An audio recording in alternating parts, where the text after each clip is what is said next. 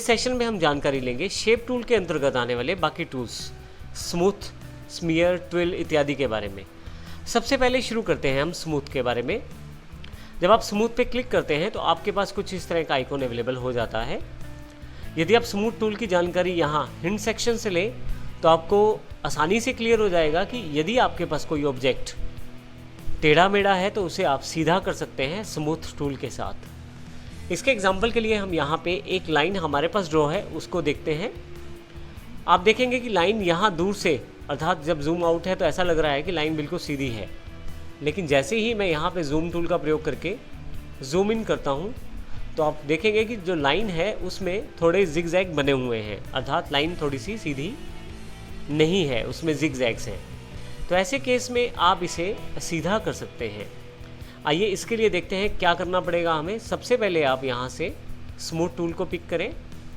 Smooth tool का प्रयोग करते हुए आप इस तरफ ऊपर की तरफ दिए गए टूल बार में सिलेक्शन भी कर सकते हैं कुछ टूल्स में। जैसे आप सबसे पहले निब साइज़ डिफाइन कर सकते हैं। हमारे पास इस वक्त निब साइज़ जो है 1.01 है। मैं यहाँ से कम ज़्यादा कर सकता हूँ निब साइज़। जैसे यहाँ मैं इसको 78 निब कर देता हूँ तो देखेंगे कि आपके पास जो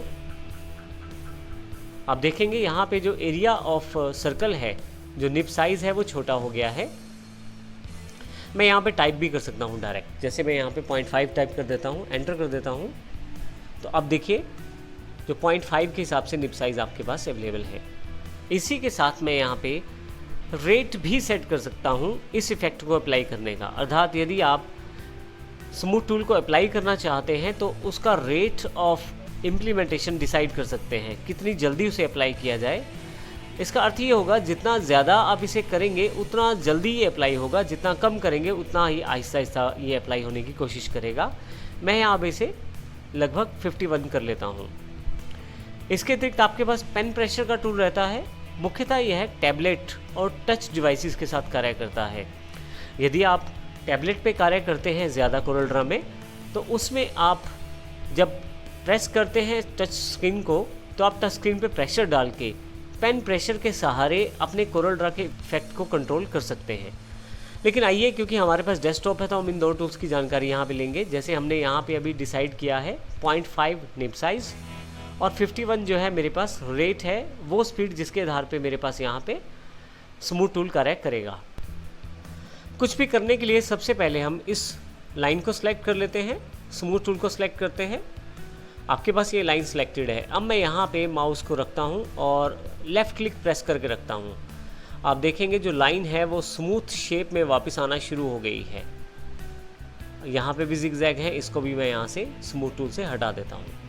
आप देखेंगे लाइन जो है बिल्कुल स्ट्रेट दिखाई देनी शुरू हो गई है वापस। और यहाँ से मैं फिर से जूम टूल पिक कर लेता हूँ और थोड़ा सा यहाँ से जूम आउट कर लेता हूँ, तो आप देखेंगे लाइन बिल्कुल सीधी दिखाई दे रही है।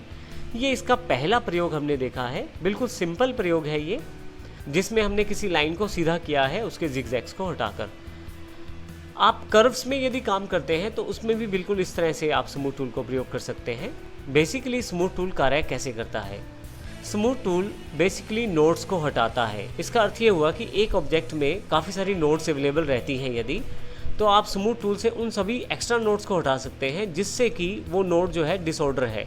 तो अगर आप उन नोड्स को हटाते हैं तो लाइन फिर से सीधी होनी अपने आप शुरू हो जाती है। नोड्स वाले एग्जाम्पल को हम अगले सेशन में देखेंगे, जिसमें हम टेक्स्ट को कर्व में कन्वर्ट करके फालतू की नोड्स को हटाएंगे और ट्राई करेंगे उस टेक्स्ट को स्मूथ करने के लिए। लेकिन अभी इस सेशन में हम एक एग्जाम्पल और लेने वाले हैं। हम कुछ इस तरह की शेप स्मूथ टूल से डिज़ाइन कर सकते हैं जैसे कि वो हाथ से बनाई गई हो। इसके लिए जैसे मैं यहाँ से रेक्टेंगुलर ले लेता हूँ और यहाँ क्लिक कर देता हूँ। अब यदि स्मूथ टूल को मैं क्लिक कर लूँ और इस पर अप्लाई करना शुरू करूँ तो आप देखेंगे कि इसके कॉर्नर राउंडेड होने शुरू हो गए हैं। कुछ इस तरह से मैं अपने हाथों से आसानी से स्मूथ टूल का प्रयोग करते हुए इस तरह की शेप बना रहा हूँ जैसे कि मैंने खुद हाथ से ही शेप्स बनाई हैं। तो इस तरह की हैंडमेड्स शेप्स टाइप्स बनाने के लिए आप स्मूथ टूल का भी प्रयोग कर सकते हैं। एक एग्जांपल और ले लेते हैं। हम यहाँ से पॉलीगॉन टूल को ले रहे हैं और यहाँ पे एक मैंने पॉलीगॉन ड्रॉ कर लिया है। अगर मैं इस पे स्मूथ टूल को अप्लाई करूँ तो आप देखेंगे किस प्रकार यह पॉलीगॉन को स्मूथिंग प्रोवाइड कर रहा है। उसके जो एजिस जो कि बिल्कुल स्पार्ट थे उनको कर्व किया जा रहा है और उनको अपने हिसाब से हम मॉडिफाई कर सकते हैं। तो इस प्रकार आसानी से आप बेसिक शेप्स को कुछ इस प्रकार से डिज़ाइन कर सकते हैं जैसे कि वो आपके हाथ से बनाई गई हैं। तो इस प्रकार हम स्मूथ टूल्स के द्वारा इन बेसिक शेप्स को भी मॉडिफाई करके अपने अकॉर्डिंग जैसी शेप चाहते हैं वैसा डिज़ाइन कर सकते हैं। तो इस प्रकार हमने इस सेशन में स्मूथ टूल का बेसिक यूज़र देखा है। नेक्स्ट सेशन में हम देखेंगे किस प्रकार टेक्स्ट टूल पे हम स्मूथ टूल को अप्लाई कर सकते हैं कर्व बनाने के पश्चात, और उसका किस प्रकार नोट्स को डिलीट करने के लिए भी प्रयोग किया जाता है। धन्यवाद।